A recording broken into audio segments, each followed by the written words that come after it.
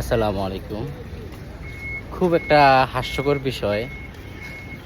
হাসবো না আফসোস করব সেটাই বুঝতেছি না।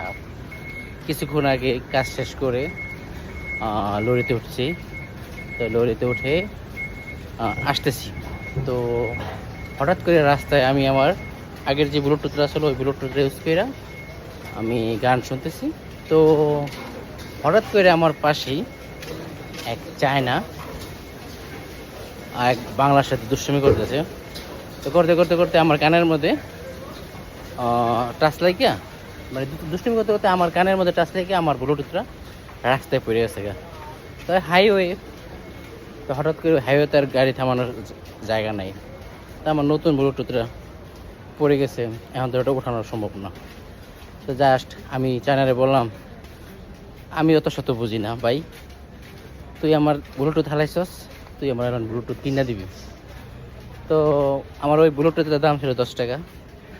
তো এখন ওই আমার যে ব্লুটুথ দিছে সেটার দাম প্রায় ডাবল। তো আমার কথা হলো আমি এটা নিম না, তুই আমার যেটা আমার আড়াইছে ওইটাই কিনা দে। দেখ আমার এখন টাকা নাই, আমারটা নিয়ে যা। তো তাই এখন আর কি করার, বাধ্যতা হইয়া অটটাই আমার আনতে হইলো। ঠিক আছে, ব্লুটুথ চলেও বুঝছেন, দামি ব্লুটুথ। তো আর কি করার, নিয়ে আসলাম, কিছু করার নাই। ওর সাথে তো কাজে করা যাবো না, চায়না বললে কথা। কেমন লাগলো ভিডিওটা? ভালো লাগলে লাইক এবং শেয়ার করবেন।